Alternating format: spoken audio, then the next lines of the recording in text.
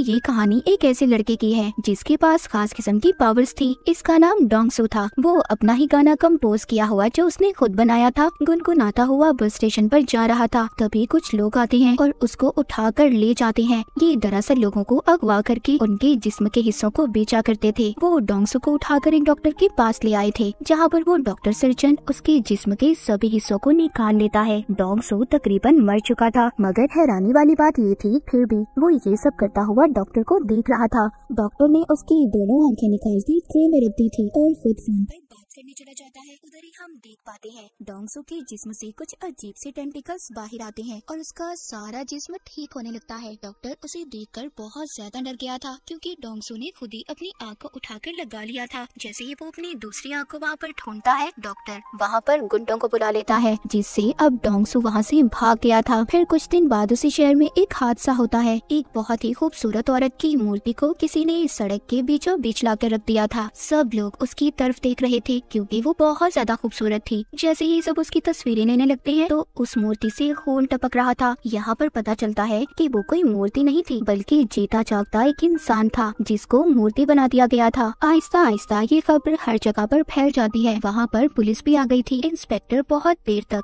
उसकी इन्वेस्टिगेशन करवाते हैं, जिसमें उन्हें पता चलता है कि उसमें पी और एल नाम के दो सिंबल्स हैं। वहीं पर हम डोंगसू को देखते हैं, जिसने अब अपनी एक आंख पर पट्टी बांध ली थी और अपनी दुख भरी जिंदगी जी रहा था। एक रात बैठा हुआ जब वो अपने ही बनाए हुए गाने की प्रैक्टिस कर रहा था तो अचानक से उसकी आंख में दर्द होने लगा था। जो आंख उसकी गायब थी उसको अचानक से एस्ट्रोलॉजी नजर आती है, जिसमें वो बिल्कुल वही लफ्ज देखता है जो उस मूर्ति के जिस्म पर बना हुआ था। उसको और भी बहुत सारी चीजें नजर आती हैं, जिससे ये पता चलता है कि डोंगसू की आंख किसी दूसरे आदमी के पास है। तभी डोंगसू ये सब देख पा रहा था जो वो आदमी कर रहा था। अगले दिन डोंगसू अपने काम पर जाता है जो एक कबाड़ खाना था। तभी वहाँ पर कुछ लोग आते हैं जो उसके दोस्त को बहुत मार रहे थे। डोंगसू अपने दोस्त की मदद करने की कोशिश करता है पर बेचारा खुद ही मार खा लेता है। उन्हीं में से एक आदमी डोंगसू को मारने के लिए चाकू निकालता है पर डोंगसू उससे लड़ाई करता है और इसी उसमें बेचारे डोंगसू का कान कट जाता है, जो कि जमीन पर गिर गया था। ये देखकर सभी वहाँ से भाग जाते हैं। अब जैसे ही वो वहाँ से जाते हैं, डोंगसू अपना कान उठाकर अपनी अजीब खास किस्म की पावर्स ताकत से अपने कान को जोड़ लेता है। उधर ही वो लोग भी अब डोंगसू को ढूंढ रहे थे जो जिस्म के हिस्से बेचा करते थे। उन्हें पता चल चुका था कि डोंगसू का जिस्म और उसका एक एक हिस्सा बहुत खास है, क्योंकि उसे जितना भी जख्मी कर लो काट लो वो खुद ही जुड़कर ठीक हो जाता है। और ऐसे जिस्म की मार्केट में लाखों करोड़ों में कीमत है। लड़ाई खत्म होने के बाद डोंगसू अपने घर जाता है, जहाँ बैठा वो अपने गाने की प्रैक्टिस कर रहा था, मगर उसको गाने की लिरिक्स सही तरह से याद नहीं थी। वो दोबारा से सुनकर प्रैक्टिस करने लगता है। तभी उसको विजन एक ख्याल आता है। उसको उसी आदमी का ख्याल आ रहा था जिसके पास डोंगसू की दूसरी आंख थी।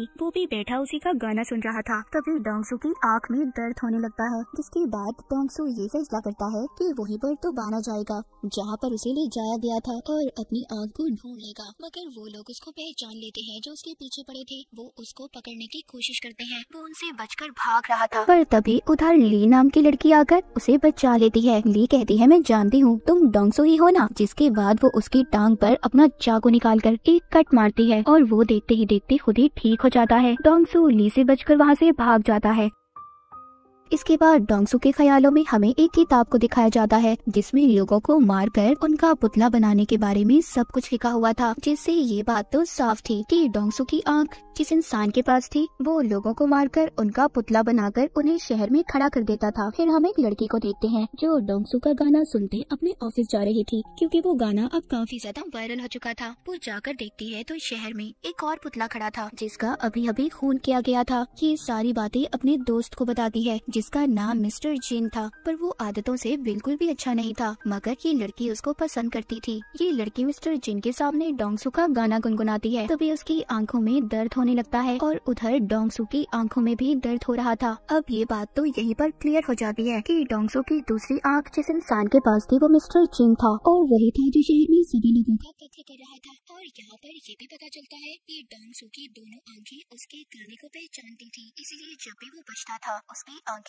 आपस में जुड़ने की कोशिश करती थी। तभी उसे दर्द होता था। एक दिन वो अपने ख्यालों में एक लफ्ज लिखा हुआ देखता है जो कॉप्स आर्ट था। वो जब उसको इंटरनेट पर सर्च करता है तो उसे पता चल गया था कि शहर में जितने भी कत्ल हो रहे हैं वो कातिल उनको मारकर स्टैचू मूर्ति में बदल देता है और वो कोई और नहीं बल्कि मिस्टर जिन है। अब इस बात को पता करने अगले दिन उस लड़की के पास जाता है जिन की दोस्त थी, ये उसको देखकर पहचान लेता है क्योंकि इस लड़के को इसने अपने ख्याल में देखा था। ये उसे पूछता है कि कल तुम किस आदमी के साथ थी, वो कौन था। वो लड़की इसको कुछ भी नहीं बताती और डर कर चली जाती है। उसे ऐसा लग रहा था कि ये उसको छेड़ रहा है। अब डोंगसू किसी बात के बारे में भी नहीं जानता था। उसको तो ये भी नहीं पता था कि कातिल दिखता कैसा है। डोंगसू अब एक एस्ट्रोलॉजर के पास जाता है और उसको उन सिंबल्स जो उसने देखे थे और उन तारीखों के बारे में बताता है जब खून हुए थे। एस्ट्रोलॉजर उसको बताती है कि सब आपस में जुड़ी हुई चीजें हैं, इन सब को मिलाकर कल की तारीख भी मिलती जुलती है। मतलब डोंगसू ये बात तो समझ गया था कि कल भी खून होने वाला है, पर कब कहा ये बात वो नहीं जानता था। उधर ही वो लड़की जो मिस्टर जिन को पसंद करती थी, उसकी दोस्त भी थी, वो उसके घर जाकर यहाँ वहाँ घूमने लगती है, जिससे उसे वो किताब मिल जाती है जिसमें मरे हुए लोगों को पुतला कैसे बनाना है सब लिखा था। उसको भी ये बात पता चल चुकी थी कि जितने भी कत्ल हुए हैं उन सब के पीछे मिस्टर जिन का हाथ है। अगले ही दिन दोबारा से शहर में पुतला खड़ा था। जब सब उसको देखने जाते हैं, उधर वो लोग भी थे जो डोंगसू के पीछे पड़े हुए थे। वो उसको देख लेते हैं और पकड़ने की कोशिश करते हैं, उसको मारने वाले थे। तभी उधर लिया जाती है जिसने एक बार फिर से डोंगसू को बचा लिया था। वो डोंगसू को बताती है कि मैं एक नॉवेलिस्ट हूँ जो कि कनेक्ट नाम के नॉवल को लिख रही हूँ, जिसमें सुपर ह्यूमंस ताकतवर लोगों के बारे में बताया जाता है कि कैसे उनके जिस्म के हिस्से अलग करके भी वो आपस में जुड़ जाते हैं। अब खैर ली ने डोंगसू की जान बचाई थी, वो उसको थैंक्स बोलता है, उसका नंबर लेता है, जिसके बाद डोंगसू वहाँ से चला गया था। दूसरी तरफ हम मिस्टर जिन की दोस्त को देखते हैं जो काफी परेशान थी क्योंकि उसको मिस्टर जिन की सच्चाई के बारे में पता चल चुका था और उसको अपने साथ छत पर ले जाता है। मिस्टर जिन की दोस्त कहती है मैं सब जानती हूँ, तुमने किस किस को मारा है और उन सभी पुतलों के बारे में भी। जब ये बातें वो बता रही थी तभी वो आदमी आकर चुपचाप इनकी बातें सुन लेता है जिसको पहले ये सब बता रही थी। उसका फोन बच जाता है जिससे मिस्टर जिन उसको देख लेता है, उसको पकड़कर बहुत ही बेरहमी से मारता है और फिर उसे नीचे गिरा देता है। मिस्टर जिन की दोस्त भी ये सब देखकर बेहोश हो गई थी। तभी उसका फोन बजता है जिसमें उसने डोंगसू के गाने की रिंगटोन को सेट किया हुआ था। जब उसका गाना बजता है तो तभी डोंगसू की आंख में दर्द होता है और मिस्टर जिन की भी। इससे अब डोंगसू को ख्याल आता है और वो सब देख लेता है कि मिस्टर जिन ने 2 लोगों को बहुत ही बेरहमी से मार दिया है। ये देखकर डोंगसू मिस्टर जिन के ऑफिस में आ गया था। वहाँ पर भी सबको कत्ल के बारे में पता चल चुका था। हर तरफ एक भगदड़ मच जाती है। वहाँ पर पुलिस भी आ चुकी थी। डोंगसू ने मिस्टर जिन का कोट देख लिया था, इसीलिए वो उसका पीछा करते बाथरूम तक जाता है, मगर उसने उसका चेहरा अभी भी नहीं देखा था। पुलिस आकर डोंगसू को पकड़ लेती है। उन्हें ऐसा लग रहा था कि डोंगसू ने ही कत्ल किया है। डोंगसू सबसे कहता है देखो मैंने कत्ल नहीं किया, कातिल तो बाथरूम में है। पर कोई भी डोंगसू की बातों पर यकीन नहीं करता। लेकिन ली उसको हम कैसे भूल सकते हैं, वो एक बार फिर आकर डोंगसू को बचा लेती है। उधर ही ऑफिस में मिस्टर जिन जो काफी परेशान था क्योंकि वो सोच रहा था कि छत पर तो हम तीनों के सिवा कोई नहीं था। जब वो बैठा डोंगसू का गाना सुन रहा था तभी उसकी आंख में दर्द होता है। अब उसको समझ आ चुकी थी कि सारे फसाद की जड़ उसकी ही आंख है जो ट्रांसप्लांट की गई है, यानी कि जो उसने लगवाई थी। इसका मतलब ये था कि जिसके पास दूसरी आंख है वो सब देख सकता है जो मिस्टर जिन कर रहा था। एक दिन डोंगसू ली को अपने घर लेकर जाता है और उसे सब कुछ बताता है। वो शुरू अपने बचपन से करता है कि कैसे वो एक दफा पेड़ से गिर गया था, उसकी टांग टूट गई थी मगर वो खुद ब खुद ठीक हो गई, जिस वजह से मेरे सभी दोस्त मुझे मॉन्स्टर बुलाने लगे और मेरे घर वालों ने भी मेरा साथ छोड़ दिया। उस रात के बारे में भी बताता है जब इसको अगवा करके कुछ लोग ले गए थे और उन्होंने उसकी आंख को निकाल लिया जो मिस्टर जिन के पास है और वही है जो शहर में सबको मार रहा है। बस मैं उसको पकड़वाना चाहता हूँ पर मैं उसके बारे में कुछ भी नहीं जानता। ली सब बातें सुनकर हैरान हो गई थी। वो कहती है तुम परेशान मत हो, मैं तुम्हारा साथ दूंगी और उसको एक चश्मा भी लगाती है। कहती है इससे तुम्हारा कोई मजाक नहीं बनाएगा और ना ही लोग तुम्हें पहचान पाएंगे। जब वो मार्केट में कुछ लेने जाते हैं तो उधर डोंगसू के पोस्टर लगे हुए थे। पुलिस उसको ढूंढ रही थी लेकिन अचानक से उसकी आंख में दर्द होने लगता है। वो देखता है कि मिस्टर जिन उसकी तस्वीर बनाकर उसे कह रहा था कि मेरे मामले से दूर रहो नहीं तो बेमौत मारे जाओगे, क्योंकि वो जान चुका था कि जिस आदमी की आंख उसे लगाई गई है वो कोई और नहीं बल्कि डोंगसू है और उसे साथ ही होने वाले अगले कत्ल के बारे में भी पता चल जाता है। रात को जब डोंगसू मिस्टर जिन को ढूंढने निकलता है तो उसको एक आदमी मिलता है जो उसका गाना गा रहा था। ये सुनकर उसकी आंख में दर्द होने लगता है। अगले ही पल उसको मिस्टर जिन नजर आता है। जैसे ही ये उसको पकड़ने के लिए उसका पीछा करता है वहाँ पर पुलिस आ चुकी थी जो डोंगसू को पकड़ लेती है। अब डोंगसू बेचारा बहुत ही बुरी तरह फंस चुका था। अब ना तो वो बता सकता था कि उसको ख्याल आते हैं और सारे कत्ल के पीछे मिस्टर जिन का हाथ है। उसको जेल में बहुत मारा जाता है। डोंगसू कहता है मैं खूनी नहीं हूँ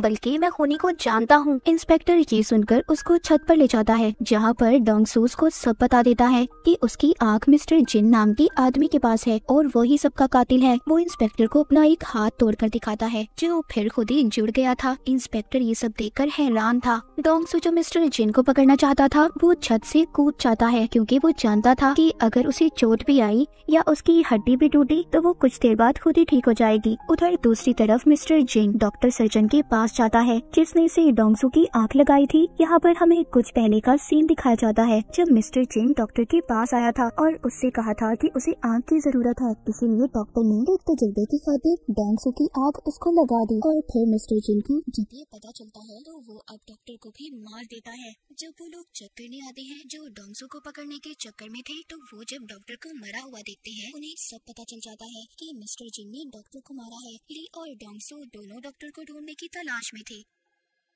ली एक आदमी को देखती है जो उन्हीं लोगों ने डोंगसू के पीछे लगाया था, जो जिस्म के हिस्से बेचा करते थे। ली उसको पकड़ लेती है और उसे मार देती है। उधर दूसरी तरफ डोंगसू बहुत खुश था, क्योंकि उसका बनाया हुआ गाना उसका फेवरेट सिंगर लॉन्च करने वाला था। तभी मिस्टर जिन अपने फोन पर नंबर डायल करता है। डोंगसू भी उसे देख पा रहा था। यहाँ पर पहली बार दोनों की बात होती है। डोंगसू से पूछता है कि तुम लोगों को क्यों मार रहे हो। वो उसको बताता है कि मुझे कैंसर है और अगर इस बीमारी की वजह से मैं जिंदा नहीं रह सकता तो कोई भी इंसान जिंदा नहीं रहेगा। और तुम आगे आगे देखो मैं लोगों को कैसे मौत देता हूँ। वहीं पर अब ली के मारे हुए आदमी की लाश भी पुलिस को मिल गई थी और साथ ही साथ मिस्टर जिन के खिलाफ सबूत भी। जब ली डोंगसू से मिलती है तो वो अपनी गर्दन पर कट मारती है, जो देखते ही देखते खुद ही ठीक हो गया था। यानी कि इसका मतलब ये था कि ली भी कनेक्ट थी। वो कहती है शायद हम जैसे और भी लोग होंगे।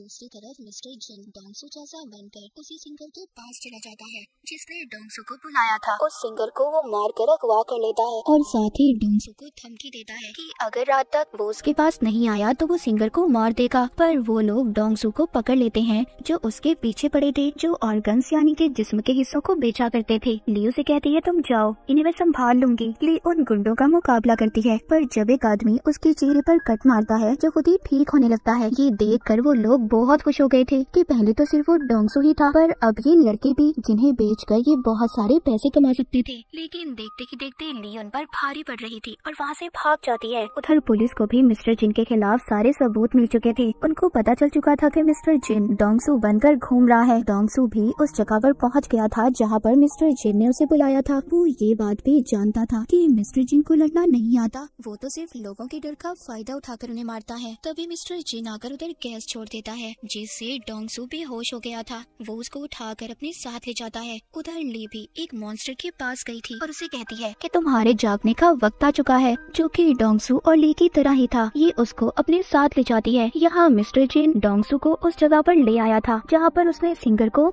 रखा हुआ था और डॉक्टर की बॉडी भी टंगी हुई थी, जिसको उसने मार दिया था और बहुत जल्दी पुतला बनाने वाला था। सिंगर की ऐसी हालत देखकर डोंगसू उससे माफी मांगता है। मिस्टर जिन कहता है मुझे कैंसर है, मैं मरने वाला हूँ, इसीलिए मैं डोंगसू की बॉडी का इस्तेमाल करूँगा और अपना दिमाग इसके दिमाग के बदले लगाऊंगा, जहाँ पर जिस्म तो डोंगसू का होगा पर दिमाग मेरा। वो डोंगसू की उंगली काट कर भी सिंगर को दिखाता है। अभी इन दोनों को फ्रीजर में बंद कर देता है, जिस वजह से सिंगर तो मर गया था। इस बात पर डोंगसू को बहुत गुस्सा आता है। वो अब आजाद हो चुका था और बाहर आकर मिस्टर जिन को बहुत मारता है। उधर ही ली भी उस मॉन्स्टर को लेकर आ गई थी। मिस्टर जिन जब उस पर हमला करता है उसे भी पता चल चुका था कि ली भी कनेक्ट है। तभी उधर डोंगसू आकर मिस्टर जिन को बहुत मारता है। यहाँ पर मिस्टर जिन डोंगसू पर लगातार गोलियां चला रहा था, पर वो तो ठीक होता जा रहा था। डोंगसू ने मिस्टर जिन से अपनी आँख को भी छीन लिया था और उसे मारने वाला था। तभी उधर पुलिस इंस्पेक्टर आ जाते हैं, जो डोंगसू को मारने से मना करते हैं। इंस्पेक्टर उससे वादा करते हैं कि मैं तुम्हारा सारा रिकॉर्ड मिटा दूंगा, अपनी जिंदगी की नई शुरुआत करनी चाहिए। अब ली और डोंगसू को ये लग रहा था कि सब कुछ ठीक हो गया है, वो जाने वाले थे। तभी ये देखते हैं वहाँ पर बहुत सारे मिलिट्री के हेलीकॉप्टर आ जाते हैं। अब उन्हें भी कनेक्ट के बारे में पता चल चुका था, जहाँ पर वो इन दोनों को पकड़ लेते हैं। अब आगे की कहानी क्या होगी, मिलिट्री वाले इनके साथ क्या करेंगे, ये तो हमें सीजन 2 में ही पता चलेगा। तो सीजन 1 की कहानी यहीं पर खत्म हो जाती है।